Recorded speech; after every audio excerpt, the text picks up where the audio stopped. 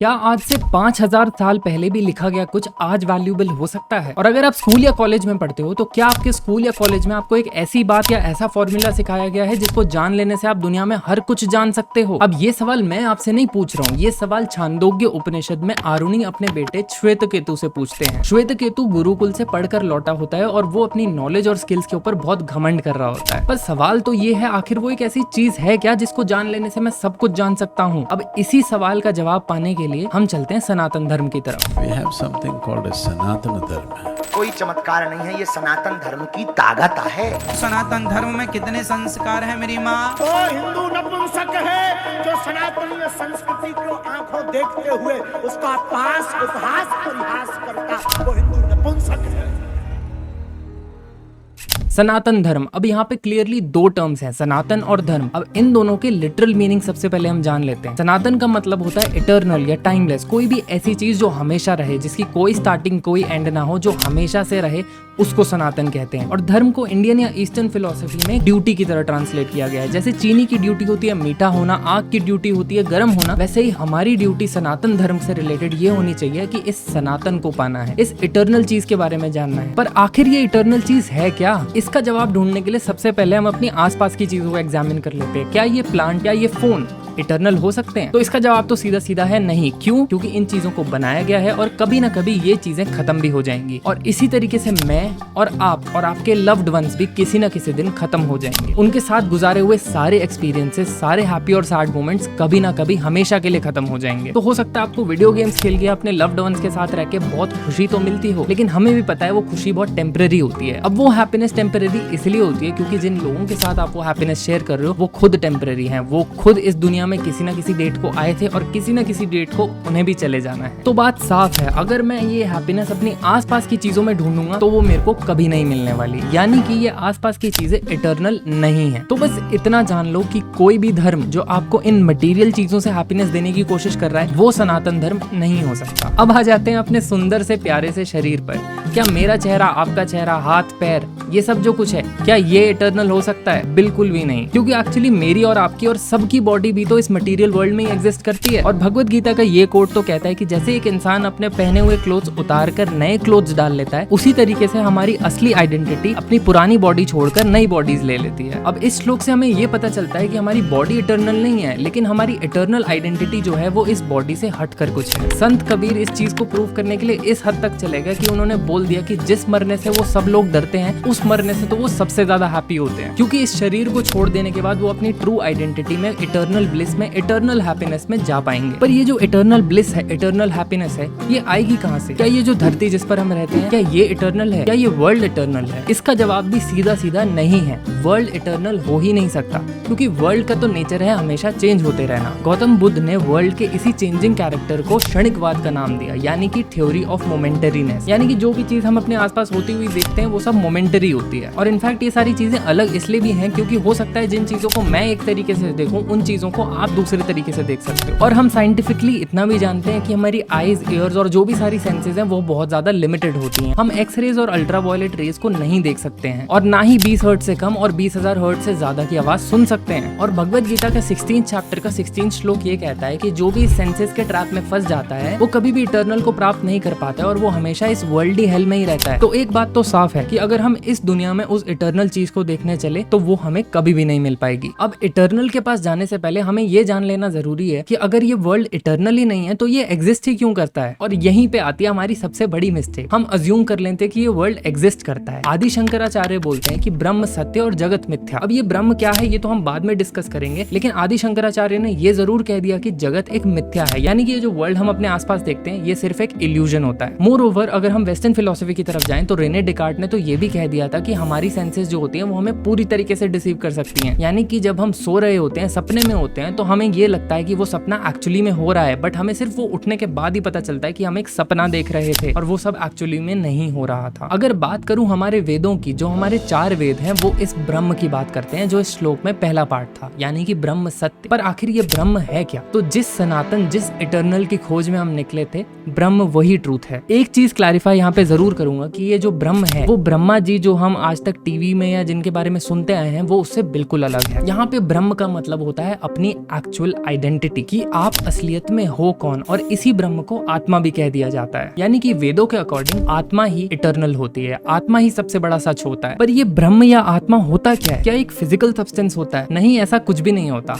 आत्मा कोई physical substance नहीं होता जो इस वर्ल्ड में एग्जिस्ट करती है या इस वर्ल्ड के डायमेंशंस में एग्जिस्ट करती है। एक पॉइंट और, आत्मा कोई फिजिकल चीज होती नहीं है जो आपके शरीर के अंदर बैठी होती है। आत्मा सिर्फ आपकी ट्रू आइडेंटिटी होती है जो कि रियलाइज की जाती है। ऐसा नहीं होता कि जब आप मर जाते हो, जब आपका ये शरीर खत्म हो जाता है तो आपके शरीर से कुछ निकल कर दूसरे शरीर में चला जाता है। आत्मा सिर्फ आपकी एक एक्चुअल आइडेंटिटी होती है, और आध्यात्म या स्पिरिचुअलिटी इसी ब्रह्म या आत्मा को रियलाइज करने का पाथ होता है। और जैसा कि मैंने बताया, आपकी एक्चुअल आइडेंटिटी शरीर नहीं है, आपकी एक्चुअल आइडेंटिटी ब्रह्म है या आत्मा है। तो आखिर ये ब्रह्म या आत्मा है क्या, जब ये कुछ फिजिकल है ही नहीं? तो अब इसके बारे में कुछ ना ही कहा जाए तो बेहतर है। वेदास हमें बताते हैं कि आत्मा या ब्रह्म के बारे में बात करने के लिए हमें नेगेशंस में बात करनी पड़ती है। नेगेशंस जैसे कि नॉट दिस नॉट दैट, क्योंकि वर्ड्स भी टेम्पररी होते हैं, वर्ड्स भी नॉन इटर्नल होते हैं, और इटर्नल चीज कभी भी नॉन इटर्नल वर्ड्स के थ्रू डिस्क्राइब नहीं की जा सकती है। अब आप मुझसे पूछोगे कि इतना सब कुछ मैंने बता दिया तो भगवान कौन है? अब एक फैक्ट आप अपने दिमाग में बिल्कुल क्लियर कर लीजिए, चारों वेदों में भगवान के बारे में कोई भी मेंशन नहीं है। जिन कृष्ण, राम या शिव को आप जानते हैं उनके बारे में इन चारों वेदों में कहीं भी कुछ नहीं लिखा हुआ है। हमारे वेदास कहते हैं कि ये जो आत्मा या ब्रह्म होता है यही भगवान होता है, और इसी को रियलाइज कर लेना, इसी को पा लेना हमारे लिए सबसे बड़ा गोल होता है ह्यूमन लाइफ का। इस ब्रह्म या आत्मा को पाया जा सकता है जीवन मुक्ति के थ्रू। अब आप पूछोगे जीवन मुक्ति क्या होती है? अब ये जो हम जी रहे हैं इसको जीवन बोलते हैं, और ये जो मेरा शरीर है इसको जीव बोलते हैं। तो जब हम इस चीज से मुक्त हो जाते हैं तो उसे हम कहते हैं जीवन मुक्ति। इंग्लिश में इसे निर्वाणा या लिबरेशन भी कहा जा सकता है। हाँ, एक बात जरूर क्लियर करूंगा कि ऋग्वेदा के कुछ स्टार्टिंग पार्ट्स में नेचर के फोर्सेस को गॉड्स की तरह भी रिप्रेजेंट किया गया है, जैसे कि अग्नि, वायु, मित्र और इंद्र, इन सबको गॉड्स की तरह दिखाया गया है, और इनको खुश करने के लिए कुछ यज्ञ भी बताए गए हैं। लेकिन वो तो होता है वेदों का कर्म कांड, जो कि टाइम लिमिटेड होता है, जो कि एक पर्टिकुलर टाइम पे किया जाता है। लेकिन वेदास का जो सेकंड पार्ट है, जिसको हम ज्ञान कांड बोलते हैं, उसमें ये सनातन नॉलेज है, यानी कि इटर्नल नॉलेज है। ये टाइम बाउंड नॉलेज नहीं होती है। तो वो जो इंद्र, अग्नि, वायु और मित्र को खुश करने के लिए हवन किए जाते थे, वो पहले के टाइम में किए जाते थे, और आज के टाइम में वो काम नहीं आएंगे। आज के टाइम में काम आएगा सनातन ज्ञान, यानी कि वो नॉलेज जो इटर्नल है। अब इसका एक और प्रूफ ये भी है कि हमारे 4 वेदों में से 4 महावाक्य निकल के आते हैं, यानी कि हर एक वेद का सबसे इंपॉर्टेंट मैसेज एक तरीके से आप कह लो। अब इन चारों महावाक्यों में भी ब्रह्म या आत्मा के बारे में ही बात की गई है, जैसे कि दैट दाउ आर्ट, या फिर अहम ब्रह्मास्मि, यानी कि मैं ही ब्रह्म हूँ। इन सब का जो अल्टीमेट मैसेज है वो यही रियलाइज करवाना है कि आप ये शरीर नहीं हो, आप इससे बढ़कर कुछ हो, आपकी एक आइडेंटिटी इटर्नल भी हो सकती है। तो अगर वेदास कहते हैं कि इस ह्यूमन लाइफ का अल्टीमेट गोल इस आत्मा या ब्रह्म को पाना है, तो शिव जी, कृष्ण जी और राम जी हैं कौन? अब यहाँ पर इंपॉर्टेंट बात नोट करने वाली ये है कि ये सब भी उस ब्रह्म या परमात्मा के नाम ही हैं, और क्योंकि इस ब्रह्म या आत्मा का कोई फॉर्म नहीं होता, कोई आकार नहीं होता, कोई फिजिकलिटी नहीं होती, इसलिए हम इस आत्मा या ब्रह्म के पास इन नामों के द्वारा भी पहुंच सकते हैं। भगवान कृष्ण भगवद गीता में अर्जुन को भी इसी पॉइंट ऑफ व्यू से समझाते हैं। रिश्ते नातों के मोह ने तुम्हारी बुद्धि को धूमिल कर दिया है। क्योंकि अर्जुन अपने अटैचमेंट्स और बॉडीली रिलेशंस से आगे जाने के लिए तैयार नहीं होता है, तो ऑब्वियसली उसके लिए आत्मा या ब्रह्म को जान पाना इम्पॉसिबल सा होता है। इसलिए कृष्ण उन्हें यही समझाते हैं कि जो निराकार ब्रह्म होता है उसको पाना और उस पर मेडिटेट करना बहुत ही मुश्किल का टास्क होता है। इसलिए कृष्ण भगवद गीता में समझाते हैं कि क्योंकि बहुत सारे लोगों के लिए उस फिजिकलिटी लेस, यानी कि निर्गुण ब्रह्म के बारे में, निर्गुण आत्मा के बारे में मेडिटेट करना इतना मुश्किल हो सकता है, तो भले ही वो कृष्ण हो, राम हो या शिव हो, है तो उस ब्रह्म या परमात्मा का ही रूप। और भगवद गीता में कृष्ण बहुत बार यही मेंशन करते हैं कि वो ही ब्रह्म है। इवन तुलसीदास जिन्होंने रामचरितमानस लिखी थी, वो भी मेंशन करते हैं कि राम ब्रह्म का ही एक रूप है। और अगर आप शिव जी के बारे में भी डिटेल सर्च करोगे तो आप इंटरनेट पे या किसी भी स्क्रिप्चर में यही पाओगे कि शिव जी भी ब्रह्म का ही रूप होते हैं। तो आखिर हम ये सब जो प्रेयर्स करते हैं मंदिरों में जाके, इसका पर्पस और पॉइंट क्या है? देखिए, आज के टाइम में प्रेयर्स और ये सारी चीजें बहुत ज्यादा पोल्यूट हो गई हैं, और हम भगवान के मंदिर भी जाते हैं मटेरियल चीजों को मांगने। लेकिन अगर हम अपना थोड़ा भी ध्यान भगवद गीता या वेदों की तरफ मोड़े तो हमें ये पता चल जाएगा कि इस मटेरियल वर्ल्ड में कुछ नहीं रखा, और अपनी आइडेंटिटी को जानना, यानी कि अपने ब्रह्म या आत्मा को ही जानना सबसे बड़ा गोल है ह्यूमन लाइफ का। तो एक्चुअली प्रेयर्स का पॉइंट होना चाहिए इस ब्रह्म या आत्मा को रियलाइज करना भगवान के थ्रू, ना कि ये वर्ल्डली और मटेरियल चीजें मांगना, जैसे कि पैसा, गाड़ी, घर, ये सब। और जैसा कि मैंने पहले बताया, किसी भी वेद या उपनिषद में प्रेयर के बारे में मेंशन नहीं है, क्योंकि उस टाइम पर मूर्तियां नहीं होती थी। वेदास और उपनिषद सिर्फ कॉन्टेम्पलेशन की बात करते हैं, ऐसी कॉन्टेम्पलेशन जिससे आप अपनी ट्रू आइडेंटिटी जान पाओ। तो अगर आखिर मैं, आप और सब लोग ब्रह्म या आत्मा ही है, तो हम सब में इतने डिफरेंसेस कहाँ से होते हैं? देखिए ये एक बहुत इंपॉर्टेंट पॉइंट है और इसी चीज को हम ईगो कहते हैं। अपनी एग्जिस्टेंस को सच मान लेना, अपने आप को दुनिया से अलग मान लेना और अपने आप को एक मैं का नाम दे देना, इसी को ईगो कहते हैं। ईगो एक टेंडेंसी होती है जो सबके अंदर होती है। सिर्फ अपने आप को बड़ा मान लेना या दूसरों से बेहतर मान लेना ये ईगो नहीं है। अपने आप को ये शरीर मान लेना, अपनी अटैचमेंट से जुड़े रहना,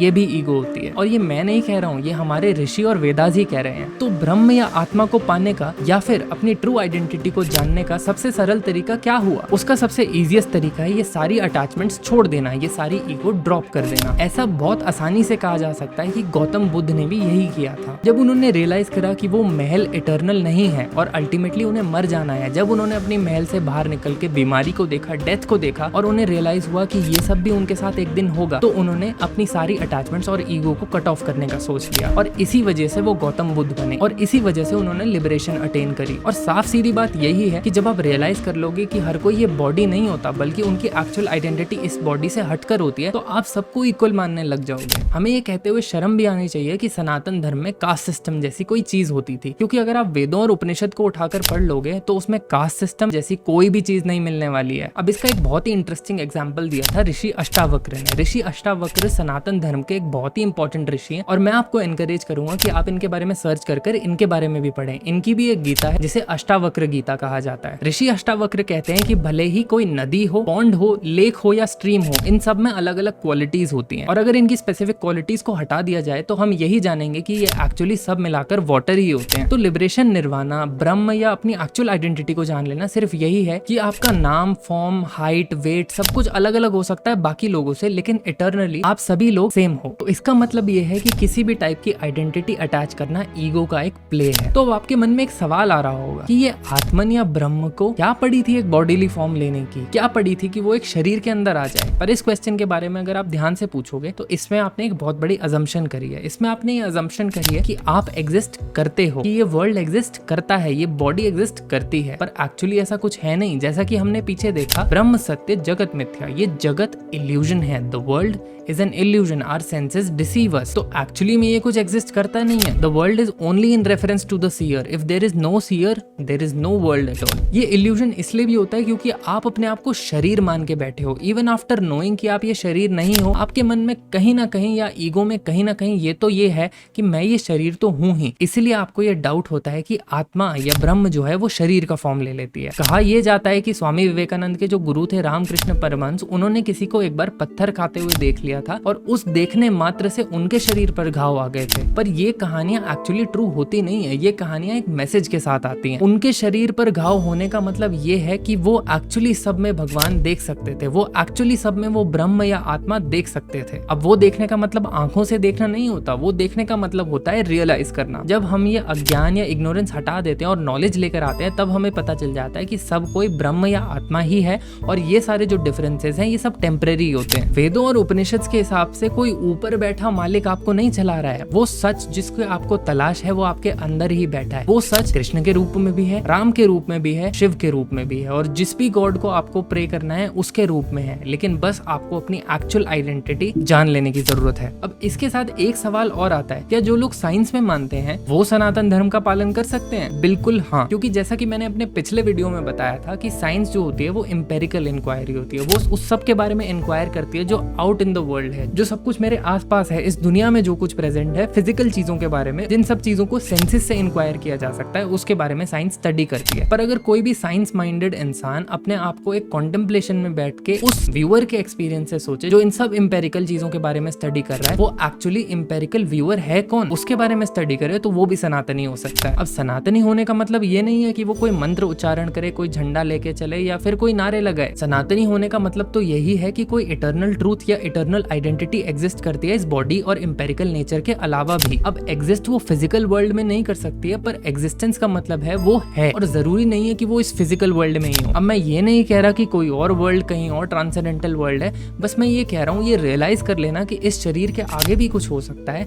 यही उस साइंटिस्ट को सनातनी बना सकता है। तो जो इंसान बाहर के वर्ल्ड के बारे में इंक्वायरी करता है, वो अगर अपने अंदर के बारे में भी इंक्वायरी कर ले तो वो भी सनातनी हो सकता है। तो आज के वीडियो के लिए इतना ही। अगर आपने इस वीडियो से कुछ सीखा हो तो लाइक करके जरूर जाना और चैनल को सब्सक्राइब जरूर कर देना। और मैंने जहां से भी इन सब चीजों के बारे में पढ़ा है उन सब के रेफरेंसेस डिस्क्रिप्शन में है, आप वहाँ से उन चीज़ों को चेकआउट कर सकते हो।